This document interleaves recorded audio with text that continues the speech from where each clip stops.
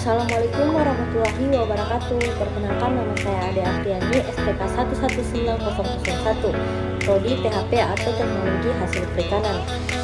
Nah, di sini saya akan menjelaskan materi mengenai mikrobakteri atau mikroorganisme. Terlebih dahulu, saya akan menjelaskan mengenai pengertian mikroorganisme. Nah, mikroorganisme atau mikroba merupakan semua organisme yang berukuran mikroskopis yang tidak dapat dilihat oleh mata telanjang atau tidak dapat dilihat oleh kasat mata. Nah, untuk melihatnya pun menggunakan alat bantu. Alat bantu berupa mikroskop. Nah, mikroorganisme dapat dibagi menjadi prokariotik dan eukariotik. Nah, prokariotik merupakan organisme yang tidak memiliki membran nukleus dan kelengkapan organel selnya sederhana. Nah, contoh dari organisme prokariotik yaitu bakteri. Nah, sedangkan eukariotik adalah organisme yang memiliki inti sel yang mengandung DNA. Nah, kemudian jenis-jenis mikroorganisme penyebab kerusakan pada hasil perikanan.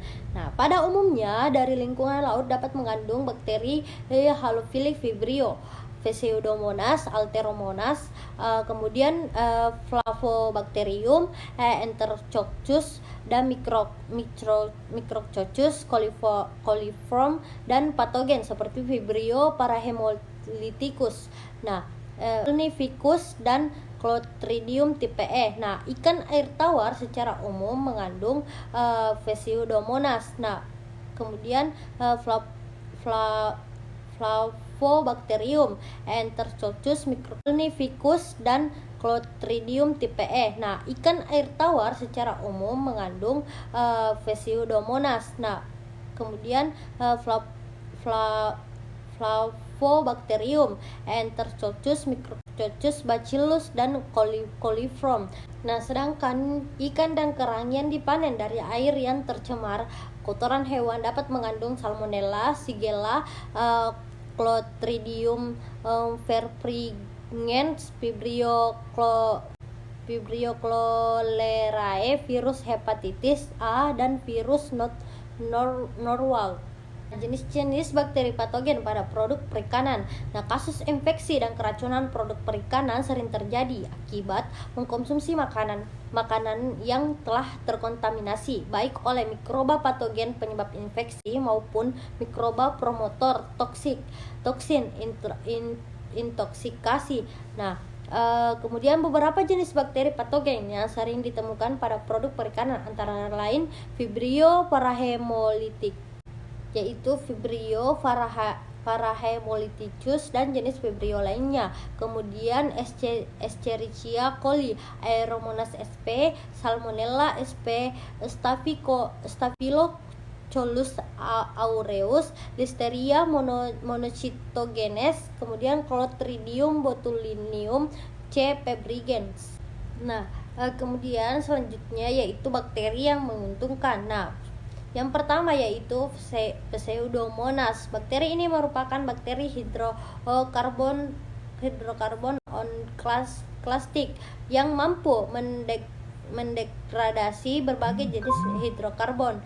Kemudian yang kedua yaitu Bacillus subtilis. Bakteri ini dapat meningkatkan kualitas perairan dengan mengurangi konsentrasi CO2 di perairan. Nah, kemudian yang ketiga yaitu hidrogenobakteri atau bakteri hidrogen, yaitu dapat mengoksidasi gas hidrogen menjadi air. Kemudian yang keempat yaitu Desulfovibrio desulfurikan. Nah, bakteri ini bermanfaat bagi lingkungan perairan karena dapat sebagai pengurai bagi bangkai makhluk hidup dan pengurai bagi sulfat di tempat yang becek serta menghasilkan hidrogen sulfida. Nah, yang terakhir yaitu Escherichia coli, yaitu pembusukan atau penguraian sisa-sisa makhluk hidup. Kemudian selanjutnya yaitu bakteri yang merugikan. Nah, yang pertama yaitu Flavobacterium, yaitu penyebab pembusukan pada hasil perikanan. Nah, yang kedua yaitu Streptococcus agalactiae, yaitu menyebabkan perubahan pada hematokrit dan glukosa darah ikan nila. Nah, yang ketiga yaitu Vibrio sp, secara langsung akan menimbulkan penyakit atau patogen yang dapat menyebabkan kematian biota laut yang menghuni perairan. Dan secara tidak langsung bakteri yang terbawa biota laut seperti ikan akan dikonsumsi oleh manusia sehingga menyebabkan penyakit pada manusia. Nah, selanjutnya yaitu faktor-faktor yang mempengaruhi pertumbuhan mikroorganisme. Nah, faktor tersebut yaitu ada dua, yaitu faktor intrinsik pangan dan faktor ekstrinsik pangan. Nah, faktor intrinsik pangan meliputi yaitu yang pertama aktivitas air. Aktivitas air adalah ukuran ketersediaan air untuk fungsi biologis mikroorganisme dan berhubungan dengan keberadaan air bebas dalam pangan. Kemudian yang kedua yaitu nilai pH-nya. Nah, nilai pH pangan sangat berpengaruh terhadap pertumbuhan dan viabilitas sel mikroba dan sedikit berpengaruh terhadap dua aspek. Nah, aspek respirasi sel mikroba yaitu berpengaruh terhadap fungsi enzim dan transport nutrisi ke dalam sel. Nah, kemudian selanjutnya yaitu faktor ekstrinsik pangan. Nah, yang pertama yaitu kelembapan relatif. Nah, kelembapan relatif berhubungan dengan AW yaitu ukuran aktivitas air pada fase gas. Nah, daerah yang mempunyai AW tinggi menjadi tempat memulai pertumbuhan mikroorganisme. Nah, pangan yang mempunyai permukaan mudah mengalami kerusakan oleh kapang, kamir, dan beberapa bakteri sehingga harus disimpan pada kelembapan yang relatif rendah. Nah, yang kedua yaitu suhu. Nah, mikroorganisme memiliki kisaran suhu yang berbeda untuk tumbuh dan berkembang. Nah, fisikofilik merupakan golongan mikroorganisme yang tumbuh pada refrigerasi 0 sampai 5 derajat Celcius dengan mengabaikan kisaran suhu pertumbuhan. Nah, kemudian yang ketiga yaitu gas atmosfer. Nah, atmosfer mengandung sekitar 20% oksigen yang merupakan komposisi gas penting yang kontak dengan pangan normal. Nah, komposisi gas di atmosfer berpengaruh terhadap potensial redoks serta menentukan perkembangan dan laju pertumbuhan mikroorganisme dalam pangan.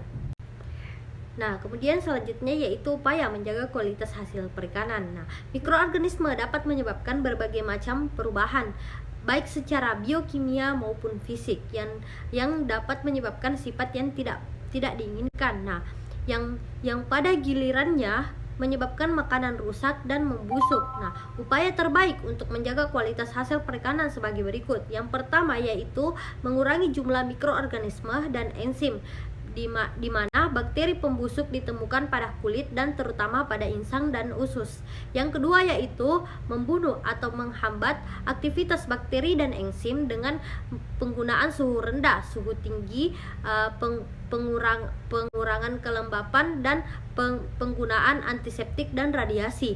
Nah, yang ketiga yaitu melindungi hasil perikanan dari bakteri terkontaminasi dan menyebabkan kerusakan lain yang berasal dari luar. Nah, cukup sekian materi yang sempat saya paparkan. Mohon maaf bila banyak kekurangan. Wabillahi taufiq wal hidayah. Assalamualaikum warahmatullahi wabarakatuh.